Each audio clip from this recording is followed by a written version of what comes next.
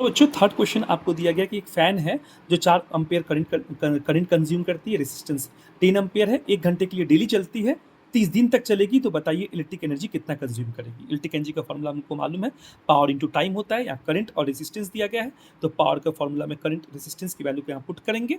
हमको मालूम है करंट इंटू रेजिस्टेंस मतलब होता है ओम एम्पियर स्क्वायर इंटू ओम, जिसको हम वाट कहते हैं। इलेक्ट्रिक एनर्जी की कंबर्शन यूनिट जो होती है वो किलोवाट होती है।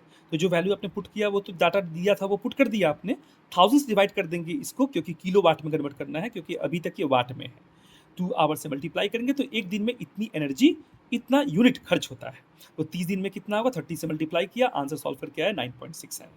तीसरा जो क्वेश्चन दिया गया है वो चौथा question, factor affecting resistance. Resistance किन किन कारणों से बढ़ सकता है, तो लेंथ ऑफ कंडक्टर बढ़ेगा तो रेजिस्टेंस बढ़ेगा, cross section area of conductor बढ़ेगा, जितना वायर मोटा होगा उतना रेजिस्टेंस घटेगा, और टेम्परेचर के बढ़ने से रेजिस्टेंस बढ़ेगा, और नेचर ऑफ मटेरियल, आयरन का अगर वायर होगा तो रेजिस्टेंस ज़्यादा होगा कंपेयर टू कॉपर।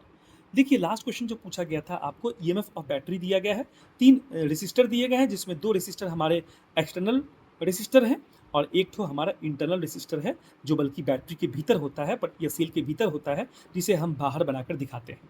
सवाल पहले पूछा गया करंट कितना है सर्किट में, तो पहले नेट रेसिस्टेंस निकालेंगे, चाहे वो बड़ी आर वाली हो या छोटी आर वाली। बड़ी आर का मतलब होता है एक्सटर्नल रेसिस्टेंस, छोटी आर मतलब इंटरनल रेसिस्टेंस। जोड़ के हमारा रेसिस्टेंस टोटल आता है 25 एम्पियर। करंट निकालनी है तो करंट इक्वल्स टू होता है ईएमएफ अपन टोटल रेसिस्टेंस, जो वैल्यू आती है 0.6 एम्पियर आती है। हमको निकालना है कि हर एक रेसिस्टर कितना वोल्टेज कंज्यूम कर रहा है। दूसरा क्वेश्चन जो पूछा गया है, तो कितना वोल्टेज, तो V इंटू आई आर होता है, तो I इंटू आर, करंट है हमारा 0.6, तो 0.06, और रेसिस्टर कितने 4 ओम के, तो 4 से मल्टीप्लाई करेंगे तो ये वोल्टेज कंज्यूम कर रहा है।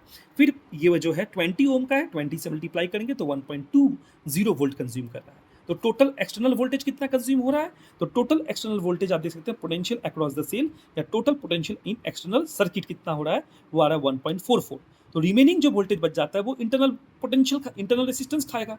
तो देखिए लिखने का तरीका जो है small v into I into R है, तो स्मॉल आर करंट हमारा 0.06 है, और उसमें जो रेसिस्टेंस दिया गया था वो 1 एम्पियर दिया गया था, तो यहाँ पर हमने 1 एम्पियर पुट किया तो 0.6 वोल्ट कंज्यूम करता है। इन तीनों को जोड़ेंगे तो नेट पोटेंशियल जो आएगा वो तीनों का सम हो जाएगा। आपको ये भी फॉर्मूला मालूम होगा, net total EMF equals to होता है capital V plus small v। आप चाहें तो इस फॉर्मूला से भी आप निकाल सकते हैं कि स्मॉल जो रेसिस्टर है वो कितना पोटेंशियल ड्रॉप खाया है, कितना पोटेंशियल खाया है। तो small v equals to capital V minus small v, value put कीजिए 1.55 और ये 1.44, total EMF minus external is equals to internal निकल जाएगा। होप सो आपको समझ में आया होगा, नहीं समझ में आएगा तो प्लीज़ 1-2 बार और देखिए, आपको समझ में आ जाएगा।